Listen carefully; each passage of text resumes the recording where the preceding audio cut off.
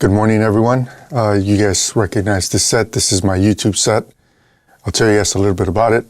Basically, this set is set up for tungsten. And I am using the Canon EOS R5 this morning. The white balance on the camera is set to tungsten. I also am, for the first time, only using the actual in-camera tools to judge my exposure. So I'm using the EV meter at the bottom. So I have pressed the shutter and I made sure that I was not underexposed or overexposed. I'm dead center. Why did I do this? Well, yesterday I did a live stream where I was talking about these non-RAW capture format LUTs for the Canon EOS R5. And this is just my way of fact checking myself for the, I don't know, at this point, probably 50th time, to make sure that if the exposure is correct, regardless of where you're at, you can actually drop in the LUT and do a one-click correction, allowing you to deliver your content or speed up your post-production that much faster, because you're just doing a single-click correction, and then at that point, you just need to, I guess, do the rest of your edit, add titles, graphics, or whatever you might need to, set the start and end points, insert your B-roll, and you can move on. Because color correction and color grading, both, can be a really long process. And a process that, for me, if I am not careful or don't manage it, it eats into my profit really fast, right? Because none of us really want to work for free. So it's important for me that this experiment, this going down the rabbit hole and creating LUTs and assets so that you all can also speed up your workflows and increase your revenue for your business, works. And this is going to be my final test. I'm going to use this clip in the video when I actually release it, and I'm going to show how I can drop the different looks, whether it be, Alexa lookalike, or Broadcast 1, or HBO, or Netflix, Broadcast 3, one of my favorites, or, I don't know, Teal and Orange, which I call Tando. Yeah, I call it Tando because it's TNO. Yeah, whatever. So hopefully I actually succeed, because if I succeed, we all succeed. Because on this channel, what we want to do is build a community of filmmakers where we all share content, knowledge, information, and in this case, assets that we can all level up together. That is the motivating factor behind this channel, and something that I'm really passionate about. I'm really excited. If this takes off the way that I think it does, at this point, we've had a lot of support for the raw version of these LUTs. So I think that there are lots of people that will benefit from the non-raw version because of how useful of a tool the Canon EOS R5 actually is.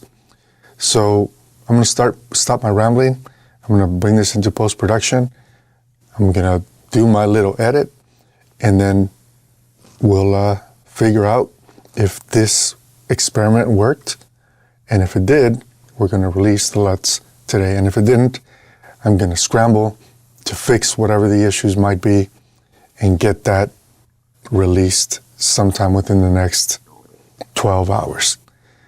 Hopefully, you guys are coming on board with me on this.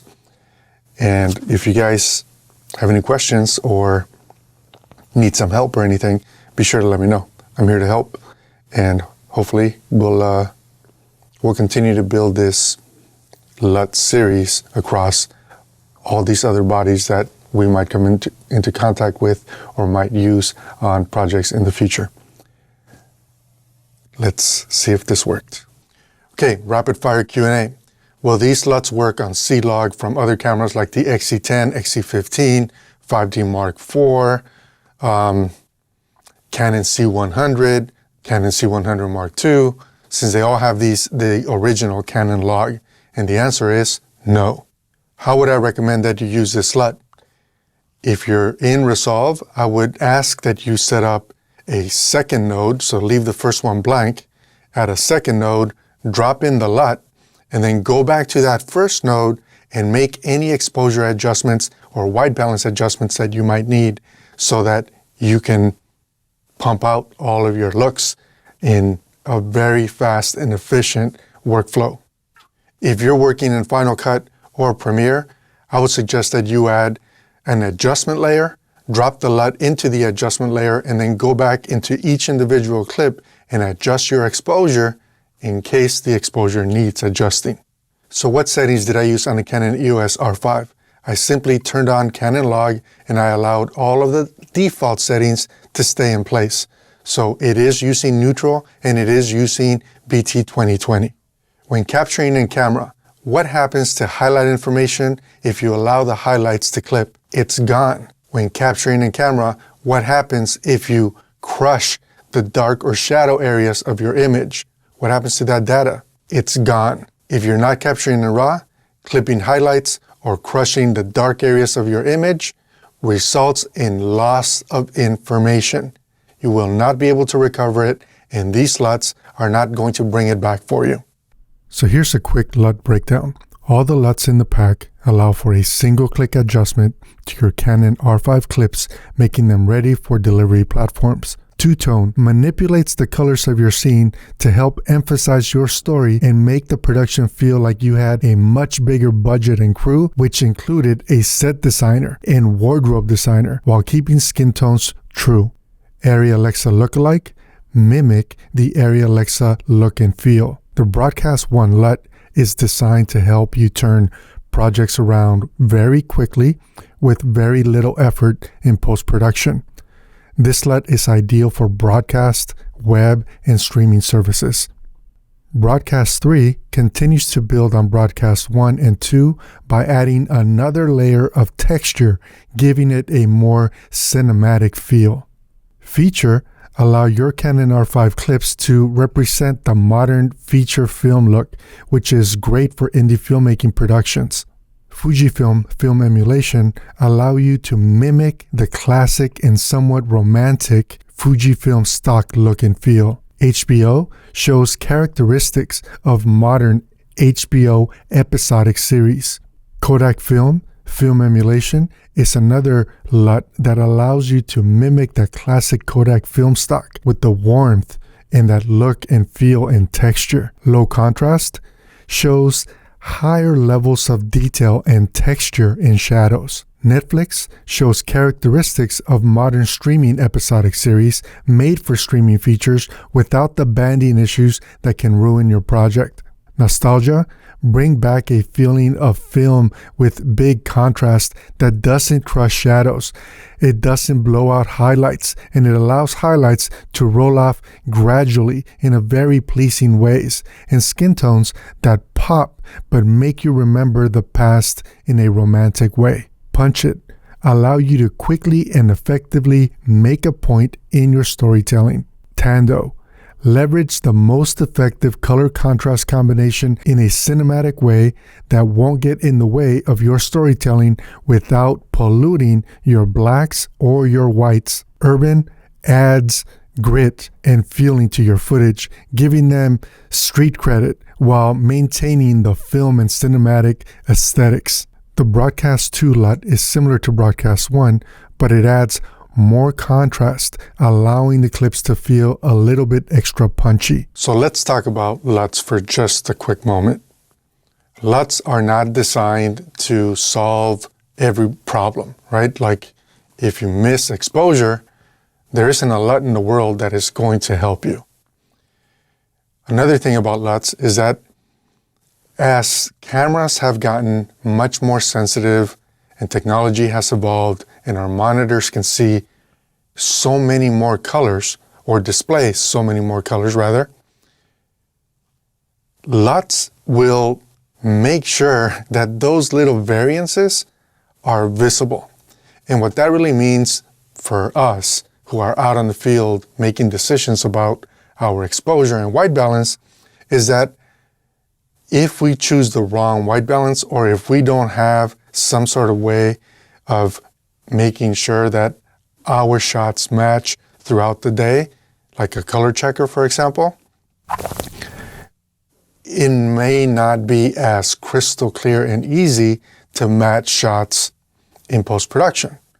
So this LUT pack will do a good job at making sure that as long as you nail the exposure and you have the white balance where you want it to be, then it will ensure that all your shots match, assuming you use the same LUT on the different shots throughout your day.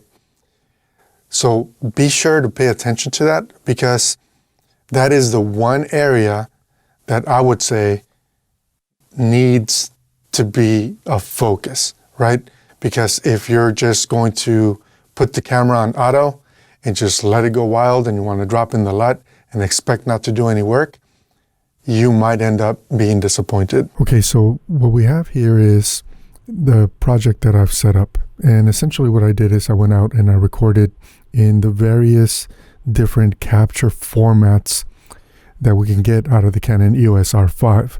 This first clip is 8K-D RAW, and that's exactly how it reads in the actual camera menus.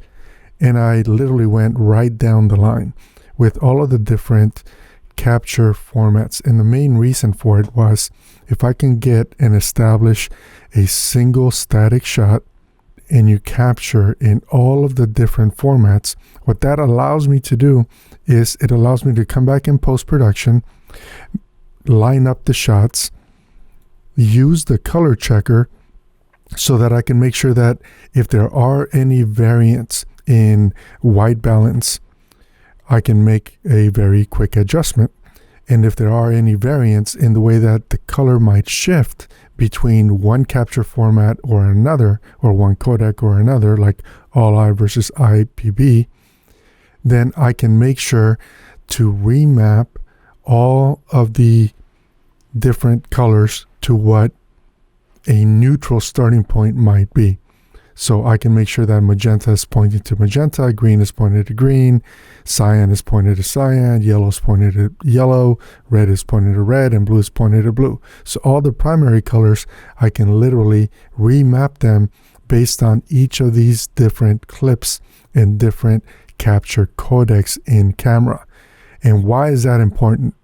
The main reason why that's important is because I can now take my base correction, or my remapping of the primaries, essentially, that's what I'm calling my base correction, apply my first or my primary correction, which would be white balance and exposure and contrast, so that I can have the correct exposure on the shots the way that I would want them, and then I can begin to apply my different creative styles. So that is what allows me to effectively create a LUT that is going to work regardless of the capture codec, from RAW to all-I to IPB, in 8K, 4K, both the fine and not fine modes, the D mode or the U mode, as well as all the way down to full HD, both all-I and IPB. And that is what we're doing with this project. If you guys are interested in seeing tutorials on how to add the LUTs into your NLE, like Final Cut, Premiere Pro, or Resolve, be sure to leave a comment and then we'll make that happen. If you want to see more examples or you need help, be sure to leave a comment. I'll make sure to reach out to you and do the best I can to help you on whatever project you have or with whatever question you might have. There is one other thing. On this channel, you guys have heard me say it, I said it in the beginning, the motivation behind all of this is really to help us all level up together. So I've changed my mind from what I said yesterday in the live stream. Anyone who buys these LUTs for the rest of 2020 is going to get the entire bundle. They're going to get the RAW version of the LUTs, as well as the non-RAW version of the LUTs, or mp4 version of the LUTs. Now, why? 2020 has been a year. A year that both has represented challenges as well as opened up other opportunities. And if these LUTs can help improve someone's workflow, whether they're switching from RAW to non-RAW, I want to help. I want to contribute to this community that we're building here. So until next time, I'm Carlos with Media IQ, and I will catch you guys on the next one. Take care.